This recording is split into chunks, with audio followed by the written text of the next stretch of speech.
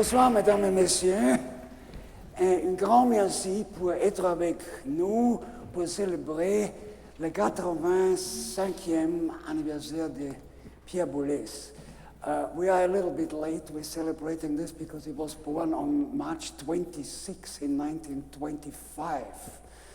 So in a few weeks he has actually already his 86th birthday, but we're not too late. Pierre Boulez, when he was 20 years old, he started at the Conservatoire in Paris. He had two very celebrated teachers. One was, of course, Olivier Messiaen, who also influenced him as a composer. The other one was René Leibowitz. He was the first one to write a thesis on the 12-tone music in French language. He was also a very great conductor. Unfortunately, he's a little bit underrated on that. He's not so well known as other ones. He was a wonderful conductor, not only for contemporary music, but particularly for classical music, Beethoven symphonies and so, just a man with a deep knowledge. And Boulez really owed a lot to him because it was Leibowitz who introduced him to the Viennese school, and Boulez became familiar with the works of Schönberg, Webern, and Berg, which at that time, in 1945, there was in general a big curiosity about this school because it was forbidden throughout the Nazi area, as we know it's called, and arte de musique, music or art not worthwhile performing, as we unfortunately know from the history. So the young generation after 1945 had a particular interest in this, and Boulez was really on the lead of that. And it was in that year that he composed the 12 Notations pour piano, practically his first work in the genre of the 12-tone series. But it was not even published at the time. In fact, the first work which was published by Boulez was his Sonatina for flute and piano. There was almost something like forgetting about this 12 Notations, until years later he came back to it and he realized that he still could work something on these 12 Notations. Because these 12 Notations are all of them are very, very short. They are written in 12-tone system. They have, each of them has only 12 bars. And from the tone, you will hear the tone row in a second now. The first tone of that row, it happens to be an A flat, by the way, will also be the beginning of the first notation. Then the second note of the tone roll, the second, and so on. It's not 12 notes, it's 12 pieces, and it is 12 bars. So this is the unity about it. Much, much later, in the 70s, from 1978 until 1984, Boulez realized that he could expand this music, which was very basic, very down to very simple formulas. And so he started to work on a large orchestration. Well, look at this, yeah, large orchestration. And he worked out the first 4 notations. This took him almost 6 years. And immediately after that, performances followed by some of the best orchestras in the world. The Vienna Philharmonic was in that sense one of the first orchestras, conducted by Boulez himself to present it. Wonderful conductors like Claudio Abbado or Barenboim conducted his work. Chicago Symphony was one of the first. And the 4 Notations were the first time performed in Canada. Guess where? Of course, here in Montreal, by the Montreal Symphony Orchestra in 1983, I believe it was, under Charles Dutoit. But it is our great honor and privilege to offer you the Canadian premiere, well, it happened actually yesterday, but it's a second hearing now, of Notation number 7. Notation number, so he did this 1, 2, 3, 4, and he decided not to do number 5 or 6 or God knows any other one of those 12, he did number 7. Maybe because it is from a tempo most contrasting to all the other 4. It is the slowest of all, it's also the longest in time. It is the only one which takes about 6 minutes in the orchestra and takes a little bit, maybe over a minute in the piano. We will later explain to you why this time difference occurs. But so much I wanted you to just to know a little bit about the history of how Boulez came about the writing about it. Now, I said these pieces are written in the scheme of the 12-tone row, and I think it's about time that we hear what this tone row is all about. When you are listening now, we have the great benefit that we have a wonderful soloist with us, Gili Loftus, who will play the original notation from 1945, and she will help us also guide you through this lecture, whatever you want to call it. But I have to apologize for two things. First of all, that she sits down here and not up there, and secondly, that she only has a pianino and not a piano. The reason why is clear, because we are so greedy here with so many musicians on stage that we have no place left. If we were in Place des Arts, of course, she would be with a grand piano right in front. But she's unfortunately down here. Listen for the amount of fifths, of the fifth intervals. This is very significant because it, of course, the way a row goes, like it or not, it will, of course, influence later the work and the fracture, what the composer does with it. So there are a number of 4/5, there are 3 seconds, whole step scale, and 2 just half-tone seconds, and there is 1 tritonus in it, 1 diabolus interval. Listen for it, this goes from a C sharp to a G natural. This is the interval which plays a very significant role in notation number 7. We'll come back to that later. Okay, let's hear for now once the tone row which puts all those 12 notations together.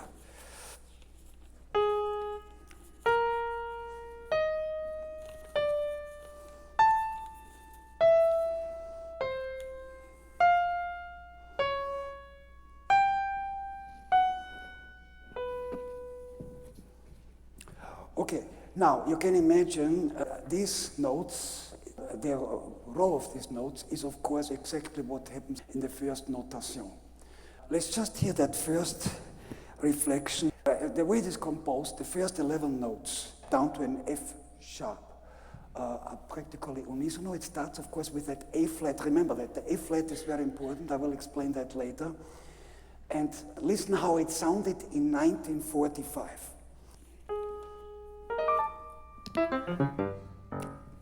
Okay, the last note was an F sharp. Now, let's hear this in the orchestra. More than 30 years later.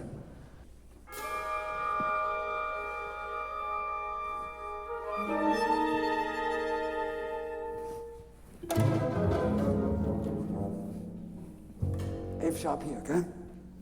All right. Now, there's one thing. I said that the A flat is the first note of the notation, but in this first notation, Boulez has made an exception. He wrote an introduction, which he didn't do in any of the other ones. He may have enlarged the theme, he may have done all sorts of things, but somehow the essential idea starts also in the orchestra version in the first bar, not here. And what we have here, and listen for this, we have an introduction. Listen to the trumpets. The trumpets play an E flat throughout as a pedal note, and you will hear a lot of textures until we come to what you already have heard before. It's right from the beginning now. So this is the introduction.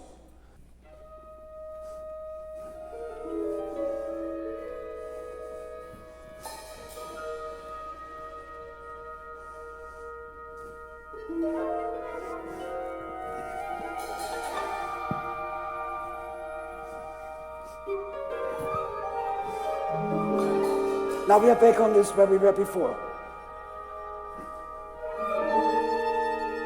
And so on, yeah, and so on. So the introduction is on a pedal note of the E flat. You heard it in the trumpets. And since there is an introduction in this first notation, there's also a coda in it. Another thing which he hasn't done in any of the other ones, the coda, interestingly, has a D flat in the bass and leads in the very end, where the first bar is repeated, we will listen to that too, it leads back to an A flat. Now think about it. On the beginning, an E flat, a fifth down to the A flat, which is, so to speak, the tonic, if you let me use that word, tonic, just for once. It's the first, a very important note in that piece. And at the end, you have a D flat going a fifth up. Doesn't that ring a bell? Isn't that what the forefathers have done, the good old classics? I can imagine if Haydn would look at that score of Boulez, looks at that, say, bravo, Pierre, well done. So anyway, let's hear one more time the first bar, because there's one thing significant. All these notations are kind of, in a way, in an arch form, which of course again has to do with the 12th-tone row, because mirroring of the row retrogrades and so many possibilities, you know, to move the row around brings us usually back to the beginning. Let's see this, how the first bar sounded in the piano version. And now let's hear how it sounded in the last bar. Okay, that's exactly those same notes. So now let's play once again the same thing. You have heard it already. You know, we want to repeat some bars a couple of times because my biggest dream is to let you go tonight whistling Boulez. That would be the greatest thing which could happen. Okay, one more time, rehearsal 2.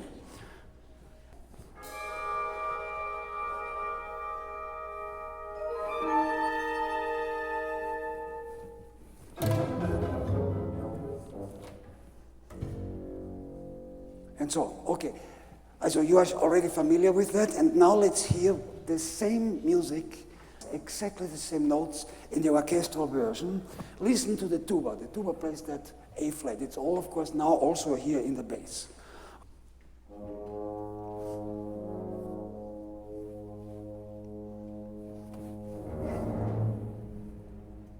Yeah.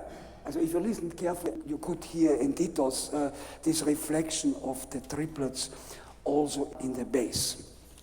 Now this is one way of enlarging a work which, as you could see, is so basic and so compact in its original piano version.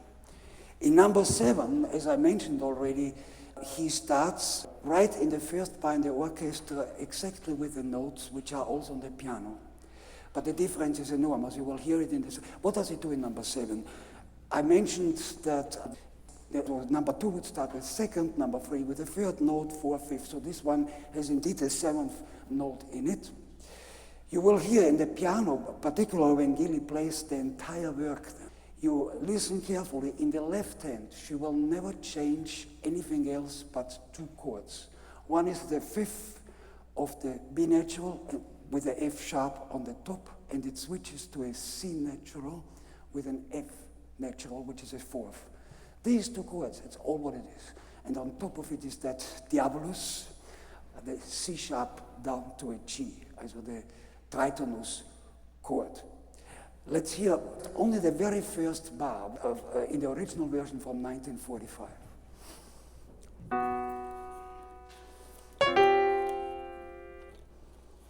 Now let's hear it in the orchestra. You heard this first chord. Just play this B, B and F sharp one more time. Okay. Hold on to that, okay? In the orchestra, it's first in the basses, in the first bar, and it goes also to the second violins. It starts on the B natural at the very last stand of the violins. And what Boulez does now, in a very atmospheric way, he moves from the B by half-tone steps, so up C, C sharp, D, and so forth, up the way all to the F sharp, until we are at the first desk of the second violins. That's just what he does with this very first chord. That's, you know.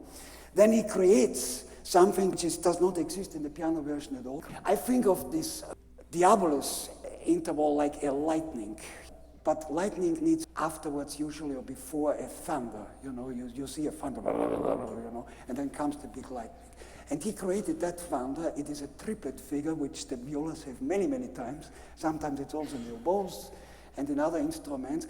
And you will hear that before, until we come, listen, of course, to the diabolus, and see how long it takes, how short it was in the piano. Now come the second violins. Can you hear that?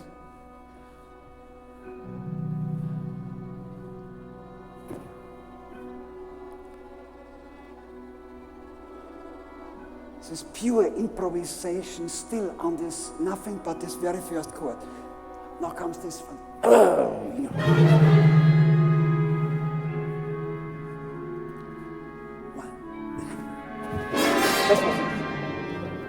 And so on, yeah.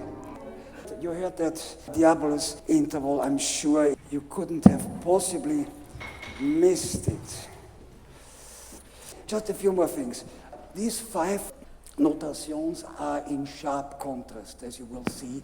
You will see it on the piano. You will also see it, of course, extreme in the orchestra version. I hope you got a feeling why the orchestra versions are considerably longer. Boulez has invested an immense imagination and in variable ways. And because, of course, the source of all of that is when he was so very young, the influences which formed him. Every composer is formed by some kind of influences, you know, even if you later might deny it, because he's always denied it, as we know. He suddenly said, no, not Messiaen, not Leibowitz, no, not at all. One day he liked Webern better than Alban Berg, the next day he thought Alban Berg. This is all normal, it doesn't matter. When you're a genius, you're allowed to change your mind day and night. It's all okay. There is a difference, of course, also in the tempi. I think of the first notation quasi as an andantino from the flow of it. One more thing. We are going to play these pieces in the order 1, 7, 4, 3, 2. That order is recommended by the composer. That's why we are doing it. And there's a good reason for it.